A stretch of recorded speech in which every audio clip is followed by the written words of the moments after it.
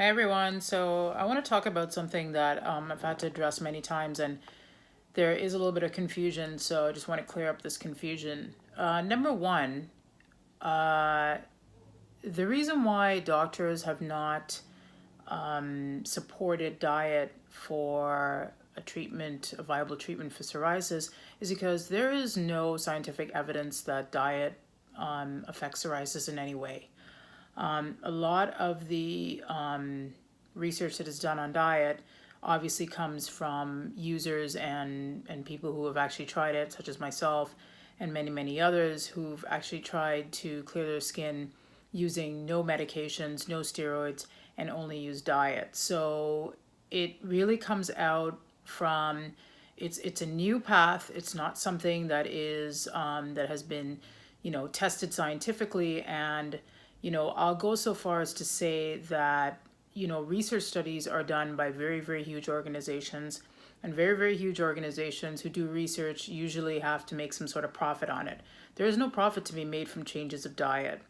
And also, changes in diet is not going to cure psoriasis because there is no cure for psoriasis. So when you're embarking on the natural route, I've had many people reach out to me and get very frustrated when they are on their diet and 3, 4 weeks later they see nothing happen.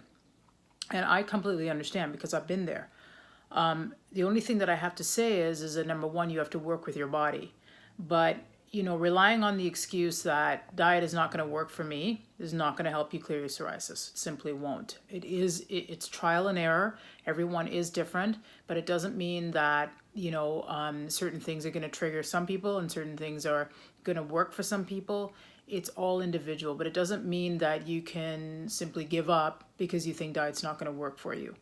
That said, if you are on medications and you're on steroids and you're trying to get off of them to go on to the natural route, there is going to be a period of withdrawal. And that period of withdrawal can go from 2 weeks to 6 months. So this is the reality. And I know that it's very frustrating. It's hard to understand. But if you are getting off of medications and steroids, which have side effects, you can look them up. They're written in plain black and white. It's not like they're being hidden. That will affect your liver, will affect your kidneys, will affect your overall immune system. There's a lot of drugs out there that are immune suppressors. When you get off those drugs, there is going to be a withdrawal period where your skin is going to flare up. And the reason it's going to flare up is because, everything that is toxic to the liver, that is toxic to your detox organs, are going to affect psoriasis. It's related to toxicity, liver toxicity. There is research that actually shows that people with psoriasis are at a much higher, are predisposed for fatty liver disease, which means that our livers are already impacted even before we even get an outbreak of psoriasis. So the autoimmune gene unfortunately predisposes us to that.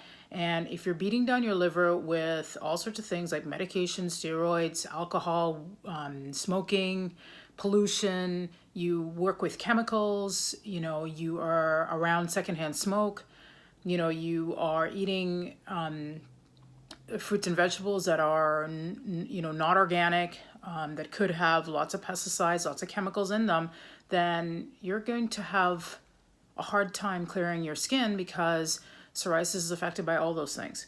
So I just wanted to clear that up, and it's really important for you to understand that you have to give your body a chance to heal if you're going to go the natural route. It is not automatic. It is not a machine. You have to give it a chance to heal. So, when you've had psoriasis for many, many years, even if you've had it for 2 years, you can't expect your skin to clear in 2 weeks. That happens, unfortunately, with medications, but, it doesn't last. So, it's not that medications is not a potential treatment route for you. It is. But there are people out there, such as myself and many others, who simply refuse to use medications. We don't want to use them, and we just need an alternative. And that's all this is. So, you can't come over to the alternative route and try to use natural healing and approach it the same way that you do a pharmaceutical drug. They work completely different. And the two modes of treatments are different. So they are alternatives for you, but they are different, and one has lots of scientific research and to back it up that it will do, whatever it does. But the other does not have the scientific research to back it up, and you and your doctor have to make that choice, and you have to make it with your doctor. You have to explain to your doctor what is affecting you, what you don't like, what it's not working. You have to have that constant communication with your doctor. This isn't something that you are going to embark on your own. So I just wanted to really stress that and really make it plain and clear that it is two completely different routes. They're both available for you, but they're two completely different routes, and you have to know that.